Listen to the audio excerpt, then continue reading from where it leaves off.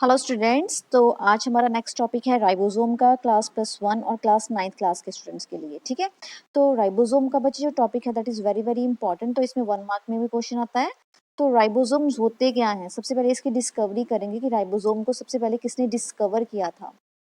तो सबसे पहले इसको जो नोट किया था, किसने किया था, जॉर्ज पैलेट ने इन एनिमल सेल में। कब किया था? 1953 में किया था।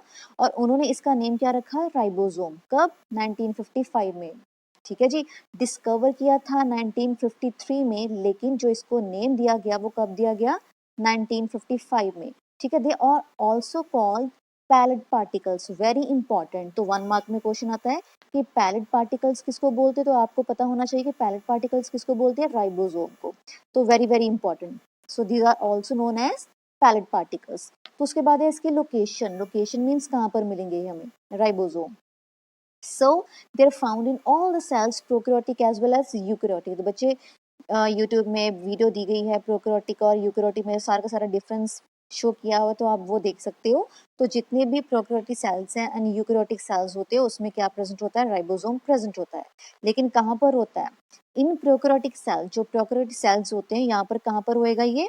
साइटोप्लाज्म में। But in case of eukaryotic cells they occur free in the cytoplasm matrix and also attached to outer surface of rough endoplasmic reticulum and nuclear envelope.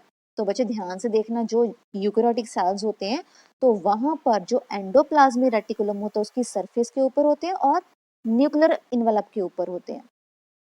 ये हो गया। ठीक है जी, तो उसके बाद आप कर सकते हो, ये 1 मार्क की डेफिनेशंस हैं।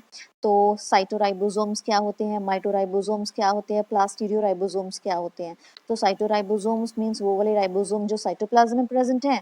माइटोराइबोसोम वो वाले राइबोसोम जो माइटोकॉन्ड्रिया में होंगे।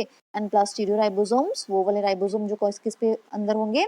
प्लास्टिड्स में। तो उसके बाद है बच्चे इसके टाइप्स, जो राइबोसोम्स होंगे उसकी जो टाइप्स है बच्चे, 2 काइंड्स की टाइप्स है। कौन सी है? 70s and 80s ribosome. तो आप ध्यान से कर सकते हो, ये 70s एंड 80s राइबोसोम ये है।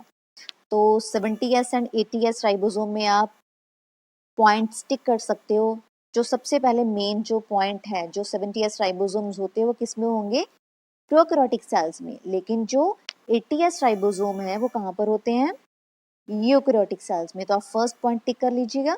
तो उसके बाद 70s राइबोसोम जो है स्मॉलर इन साइज होंगे, लेकिन जो 80s राइबोसोम है उसका जो साइज होगा वो लार्ज होगा। ये आप सेकंड पॉइंट टिक कर सकते हो। तो उसके बाद they exist free in the cytoplasm matrix, mitochondrial matrix and plastid stroma. यहाँ पर ये फ्रीली प्रेजेंट होंगे इन इन जगह पर। लेकिन जो 80s राइबोसोम है वो कहाँ पर होंगे? exit free in the cytoplasm matrix as well as attached to ER and outer surface of nuclear envelope। जो 80s राइबोसोम है साइटोप्लाज्म में तो होते हैं, लेकिन जो एंडोप्लाज्मिक रेटिकुलम होता है उसकी सरफेस के भी ऊपर होते हैं और न्यूक्लियर इन्वेलप के सरफेस के ऊपर होते हैं। तो नेक्स्ट वन है, इसके अंदर यूनिट्स करेंगे, कितने सब यूनिट्स होते हैं। तो 70s राइबोसोम में जो इसके सब यूनिट्स होंगे वो कौन से हैं? 50s and 30s। 50s and 30s, तो एक एक इंक्रीज कर लीजिएगा। तो 80s में कौन से होंगे? 60s। और यहाँ पर कौन से होंगे? 40s। 50 का हो गया 60 एंड 30 का हो गया 40। तो आपको इजिली याद रह जाएगा इसके अंदर। तो नेक्स्ट इसके फर्दर सब यूनिट्स कर सकते हो कि 50s में कौन से होंगे? 23 sRNA, 5 sRNA and 34 different basic proteins. लेकिन 80s राइबोसोम में जो 60s सब यूनिट्स है उसमें क्या होएगा? 28s, 5.8s and 5 sRNA and 45 different basic protein. तो उसके बाद आप कर सकते हो कि 30s में कितने होंगे एंड 40s में कितने होंगे। जो इसकी रेशियो है RNA एंड प्रोटीन की in case of 70s ribosome कितनी होगी? 60-40। और यहाँ पर कितनी होगी?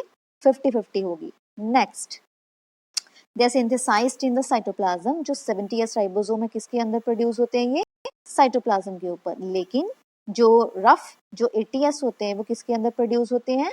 न्यूक्लियोलस के अंदर। तो बच्चे ये है, आप कर सकते हो, एनी 5 कर सकते हो। ठीक है, तो उसके बाद है हमारे पास, तो ये आपने कर ली type 70s and 80s ribosome की।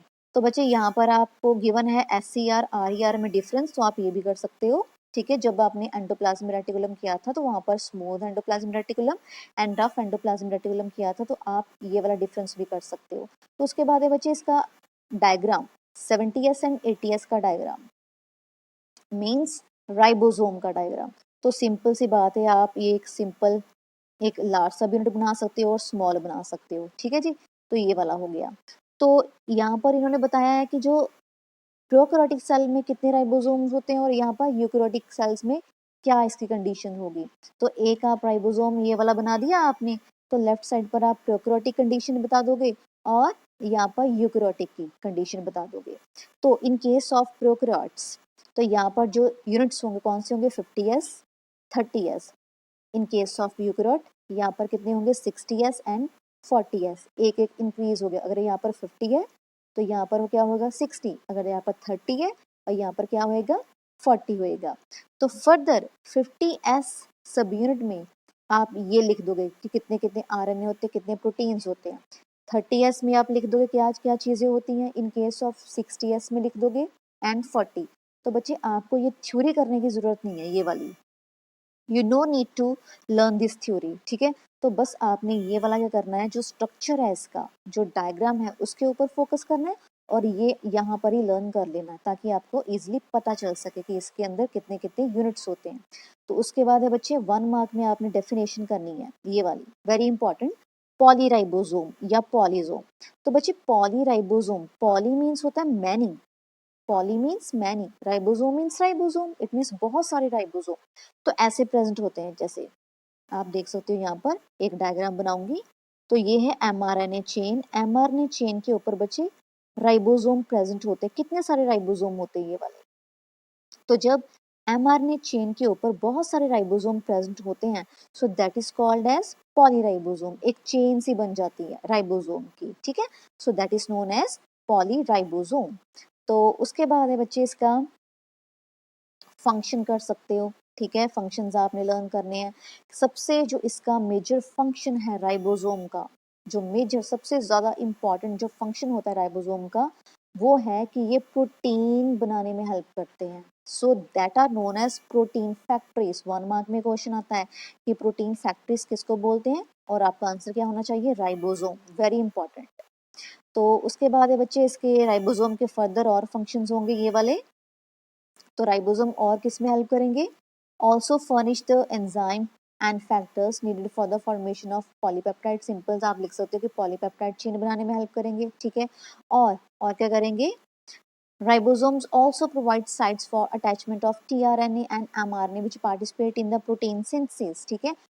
किसको अटैच करने में हेल्प करेंगे, tRNA, tRNA means transfer RNA, mRNA means messenger RNA, ठीक है। इसको अटैच करने में हेल्प करेंगे किसके लिए, प्रोटीन को बनाने के लिए। तो बच्चे आप सिंपल से 2-3 फंक्शन लर्न कर सकते हो, ठीक है। तो आपने क्या करना है, ये वाला है राइबोसोम, तो आपने इसकी थ्योरी प्रॉपर ध्यान से करनी है, 1-1 मार्क के क्वेश्चन ध्यान से इसके पढ़ने हैं। So thank you.